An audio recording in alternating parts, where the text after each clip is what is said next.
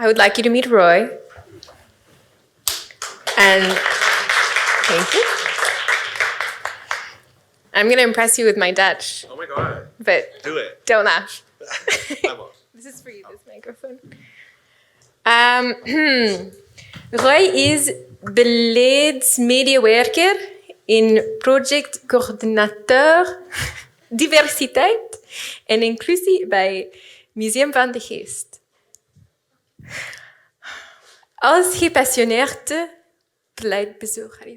pleitbezoger voor neurodiversiteit streeft hij naar het nog inclusiever maken van een algeheel inclusief museum.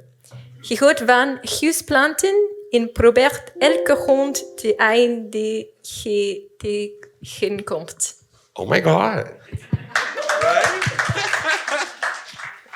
That was very good, thank you. I like houseplants. Yes, I do. I was very happy that you brought at least 2. Oh, thanks. I brought 3. I have another 3. one here. Oh, I didn't even notice that one. Very good. Where should I stand? Can I take this away? Yeah. We can pull up the presentation as well.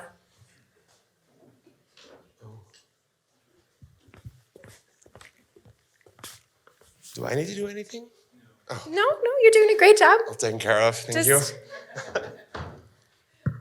Do we have the other presentation ready?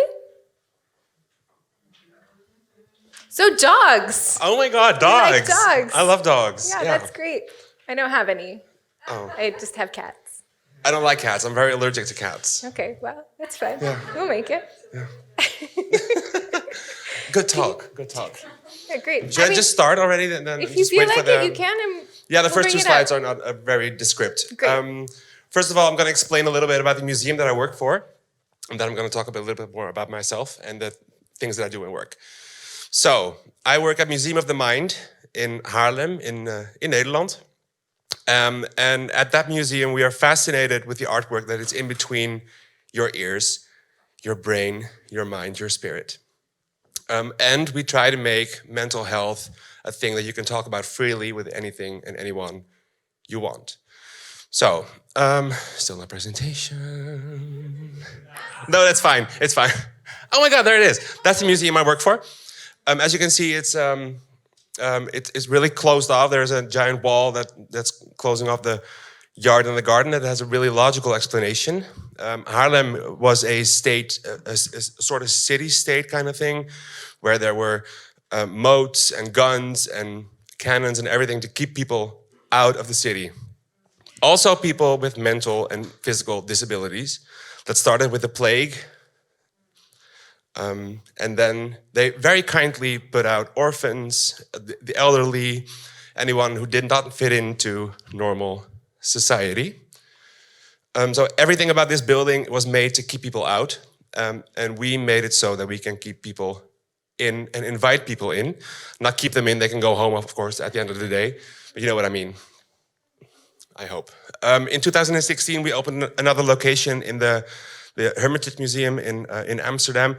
There is a change going on right now. It's not officially called the Hermitage Museum anymore, but for efficiency, I'll still call it Hermitage Museum, which is called the Outsider Art Museum, because we believe that everything and everyone in our museum is now an outsider, but should not be an outsider. So we include them in the regular art circuit in Amsterdam, in one of the biggest museum of Amsterdam, one of the biggest. And now, okay, can everybody please close their eyes? I swear I won't steal your stuff, I won't hit you. And could you raise your hand if you feel that you're normal? Okay, some hands going up. Okay, put your hands down, I've seen enough. Okay, but what is being normal? It's a question I always ask the audience whenever I present, because I do not have the answer. One of the quotes that I like the most is that being normal is nothing more than the average of all deviations. So are you saying you're average? I'm not saying anything. So this is me. No, not me. That's the Queen and our director. But my name is Sjoers. I'm policy advisor, as you so kindly said in Dutch, and the project coordinator, diversity and inclusion at Museum of the Mind. I mainly focus on neurodiversity. We've spoken a lot about diversity and inclusion, and I'm going to introduce you to a new subject. I hope that will enthusiast you to work with it as well. I work before and backstage. I try to get the public engaged in our museum, but also keep in mind that our own organization should be diverse and inclusive as well. Reintegration is a big part. I'm going to explain more about that later. And as you can see, I'm not normal. So, neurodiversity. Those lights are killing me. The easiest way to explain neurodiversity is as all the differences in everyone, our minds combined, just like biodiversity is explained. That's easy, right? Good, good. But why do we not talk about this? Because we always are quiet about our own mental health, about the things that make us fragile. In the past 2 years, that has taken more front stage because of the pandemic and the loneliness and all the things that came with Miss Rona. And I always try to approach my work with these 3 words, but as a process, not as individual terms. And I will not go into the semantics of what they mean, but as a process. First, I see that there is diversity, that there is more than just my own person or my coworkers. Then, are we equal? Of course we're equal. And then I try to include them. One takes more time than the other. Not everything goes as equally as fast, but that's what we try to strive for, of course. And why is neurodiversity important? Well, first of all, it's important because 4 out of 10 people in the Netherlands will at some point in their life get a psychological disorder that can range from ADHD to autism to schizophrenia to a meltdown to a burnout, anything that makes your mind not function as the way you think or expect it to do falls under that. So that means 7 million people. That's quite a lot. So actually, it's quite average, right? If 7 million people in the Netherlands get a psychiatric disorder, that means someone in your family or your neighbor or the cashier at the supermarket checking your groceries out. And the fact that you don't know and the fact that you cannot see that it happens does not mean that it isn't there. And it should be recognized, and we should be able to talk about that freely, because it's something trivial, I feel at least. And out of those 7 million, 7 in 10 on a daily basis experience prejudice and discrimination. So imagine that there is something about your mental well-being that you cannot do shit about unless you go to a psychiatrist and get some medicine and try to work it out. You get shit for it. Well, prejudice and discrimination, what's the difference? Prejudice is an opinion. That's all there is. And opinions are like what? Assholes, everybody's got one. And discrimination is actually, that goes way deeper, preventing people from living their life based on their own human rights, which is not okay. It's never okay. But we actually talk about this term, stigmatization, and that's something that comes with, you get it for free, that comes with having a mental disability. If you have ADHD, you're annoying, you're overactive all the time, you need to shut up, you need to take medicine, you're a tough kid to handle in school, you need to go to special education. I have ADD, so that's very convenient when driving a car, when you see a bird and, hey. It's fine, I've learned to live with it, but still, in my school career so far, I've always had the teacher who said, well, you're just too stupid for this, or maybe you should do the lower levels and you'll be fine, or pay attention, why can you never sit still, keep playing, stop playing with your pen, the clicking thing, it's always something. So Roy's not normal. Or is he? Well, yeah, that's a question that's always still on my mind. Am I normal? Am I not? I like to joke I'm not, but of course, if you look at the numbers, I'm totally normal. One of the things that I use to introduce the reintegration, it's tough. I usually do this in Dutch, so it's way easier, so I have to translate everything in my head before I speak it out. The reintegration projects are the most easily explained with burnout, because that's the thing that's most prevalent in our society right now, burnout. So it always follows quite the same trajectory. At first you feel a little bit more tired, of course, because you have a good job, you have a big group of friends, you make a lot of money, you go on nice vacations, but to keep everything up, you'll have to work harder and more and faster and more efficient. And you come home tired, and that's fine because you'll just go to sleep, right? It's okay, you'll just change your schedule a little bit. But after a while, that is no longer the solution. It gets harder and harder to go to work with a spring in your step and be happy until eventually you just can't take it and you'll cry over a broken pen at work. We don't want that. So what happens then is you take a sick leave, you'll get some professional help, and eventually the professional help will tell you to volunteer somewhere, to get out and mingle with other people than just you, your cats, and your plants. I joke about it to keep it light, because it can be quite a heavy subject, but it is a heavy subject. Burnout is not something that should be taken lightly. No. So the volunteer work. So we at the museum rely on our volunteers. We need them, because without them, we'd be bankrupt within 2 months, because who would sell the tickets?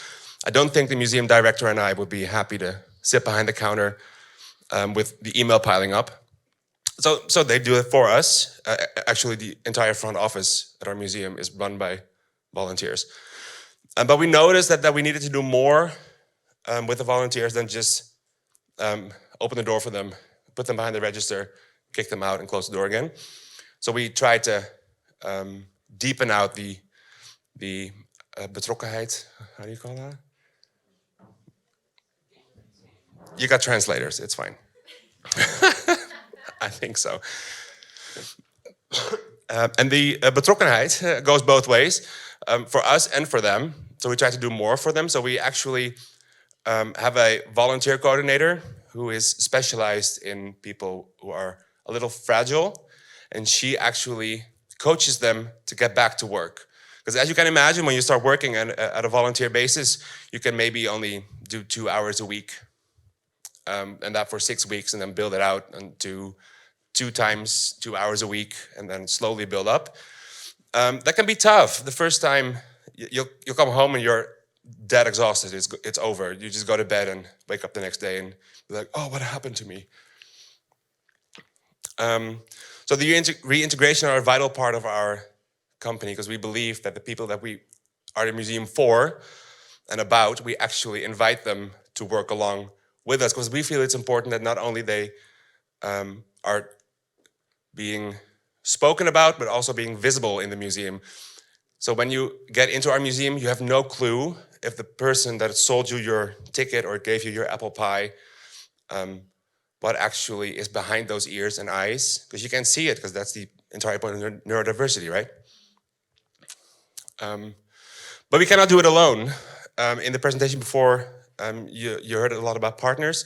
We got a lot of partners in the healthcare sector that actually help us, not only financially, but also with guiding and pointing us in the right direction when we want something, like a new exhibition. And without those partners, because we're privately funded, we don't get any funding from the government, we would not be able to do what we do. So in this entire time, we've been able to get 30 people out of our team back into their old job, or at least another paid job. And we strive to make that even bigger and better and get it back like a well-oiled machine. Had ik nog iets, Doreen? Nee, toch? Nee. I think that was it. Short and sweet, I think. Yeah, thank you. Thank you. Are there any questions? Yes. Just when you say volunteers, does it mean that they are not paid at all, or do you have kind of a salary which goes out, which is reduced, or comes from another source? Both. Volunteer means volunteer, no pay. But because we value them so much, they at least get their the travel costs reimbursed, and also like €5 a day to work for us, because it's not okay to actually have them without cost. But the main thing is that they do it is for the museum. They really believe in everything the museum stands for. So they do not come to us and ask for a salary. It's just the thing that we have with them. And then we take them on an inspiration trip once a year. We have a Christmas party, an Easter party, a summer barbecue. So we try to do a lot more things than just put them behind the counter and sell tickets. But in the basis, yeah, it's no salary whatsoever, yeah. Follow-up questions. What kind of tasks? For the people online.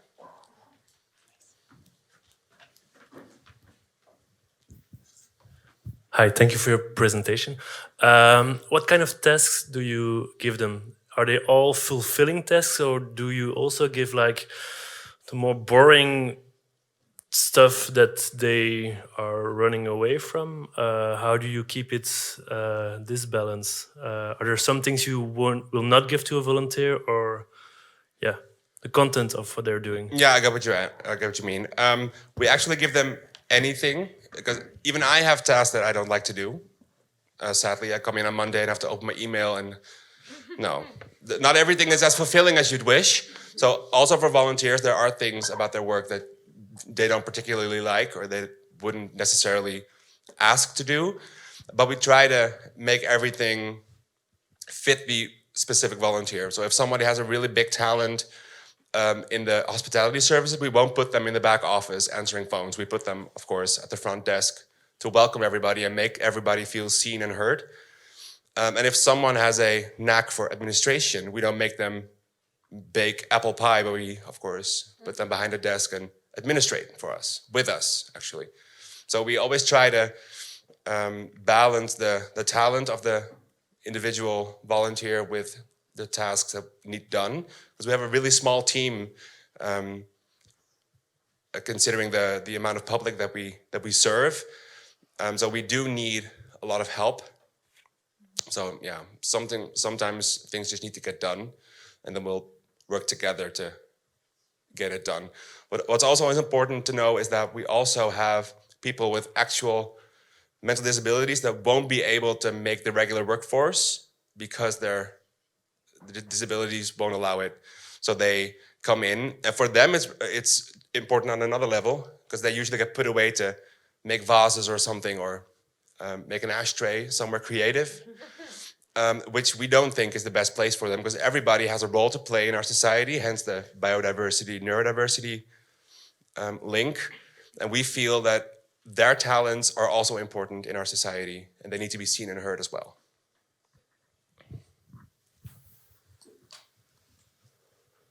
Thank you so much for everything that you've said so far. As a neurodivergent person, I really appreciate, when people are taking the time to focus on how things can be different. And I was just wondering, as someone who has worked in an environment that specializes in, being inclusive for neurodivergent people, what do you think is something that is often overlooked in largely neuronormative environments that people might not realize, that's like, an unforeseen privilege that people have that they don't really realize they're doing to open up the space? Oh, that's a good question. What I noticed mostly about my work is that my boss sometimes calls me up and says, oh, could you do this and this and this? And then I ask her to stop so I can get a piece of paper and write it down, because I cannot remember that after I've hung up the phone. So I actually need to build in some things to make my work doable. What we also do is assume that everybody is in the same place as we are ourselves, and that everything that we know and all the knowledge that we have, that the other person also has that. And that's what you see in the entire diversity discourse, I think, is that that's where usually the things heat up. So assuming is really the thing that where it usually goes wrong in regular companies. And if something goes wrong or it gets too slow or it gets troubled, you just leave because you're not safe there. The safe environment is not there.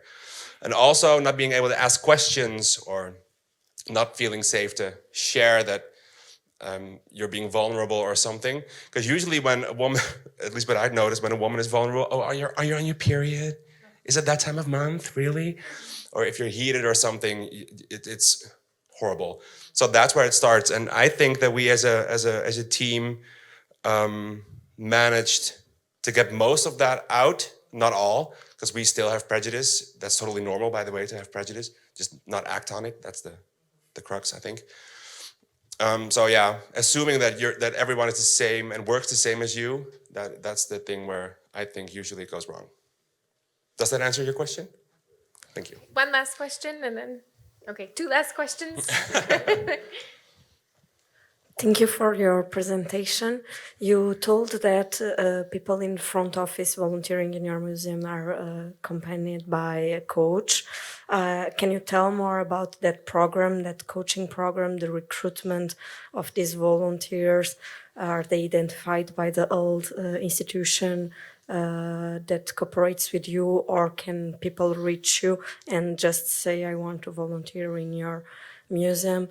How severe were their situation? How disintegrated they were before this reintegration process, and eventually some successful reintegrations afterwards? Just a little bit more about the program. Yeah. I get what you mean. Okay, so the process is usually the same. Either somebody gets recommended from a care institution, or comes to us directly because they've heard of us or they heard somebody else's experience with us.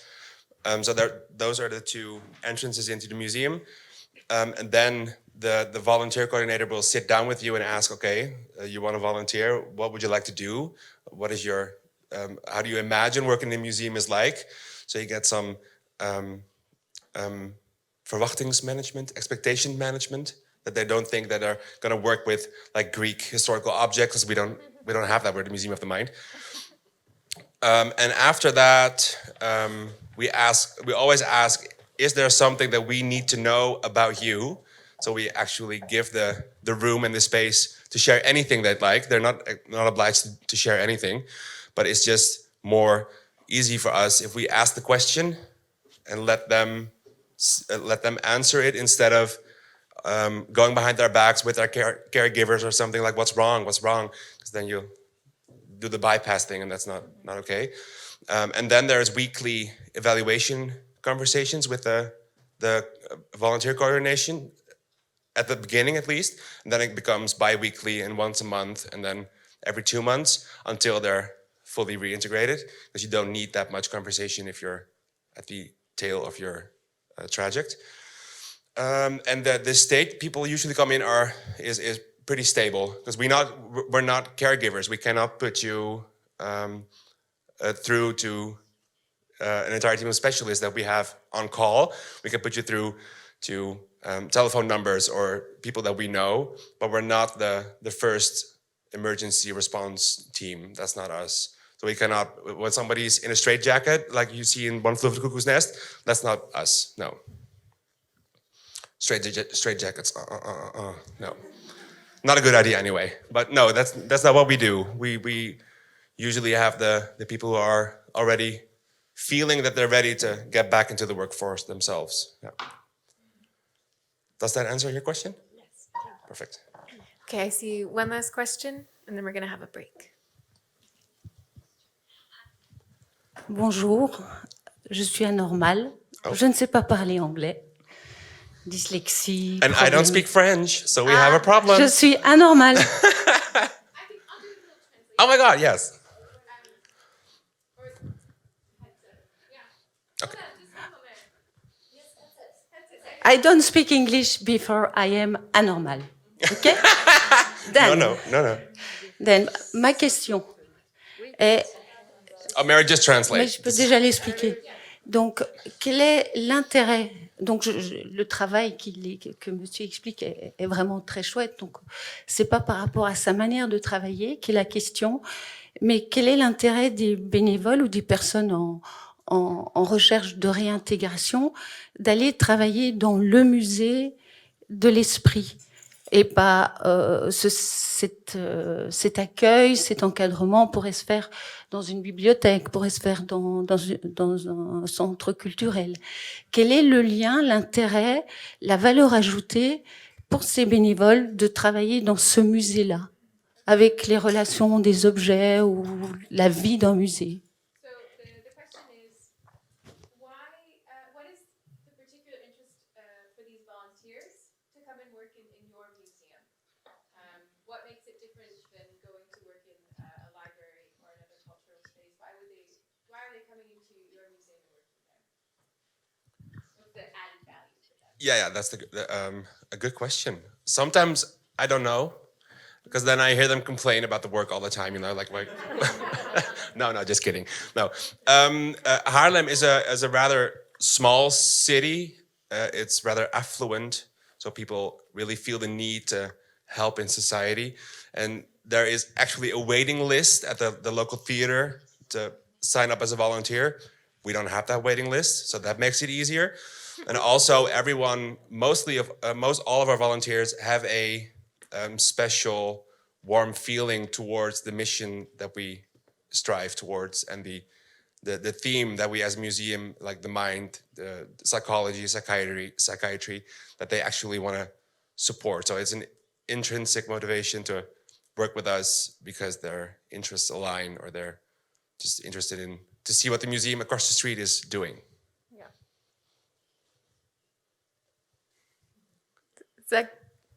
C'est bien? Il y a la traduction? Ok, super. It's a very great answer. I love the translators, by the way. I've been really surprised that everyone, I saw some people here in front that were listening to both English and French and Dutch. I'm like, how? Welcome to Brussels. Yeah. I was saying it, I brought my intern, and I was saying that we were walking through from the hotel to somewhere to eat, and I saw on a wall in like 3 languages, very short information about something. I was like, oh my God, 3 languages. I struggle with 1. Like, oh my. Yeah, it can be a challenge. You heard my Dutch. Voilà. It was perfect. Thank you. Okay, can we give a round of applause here to Ray? Thank you.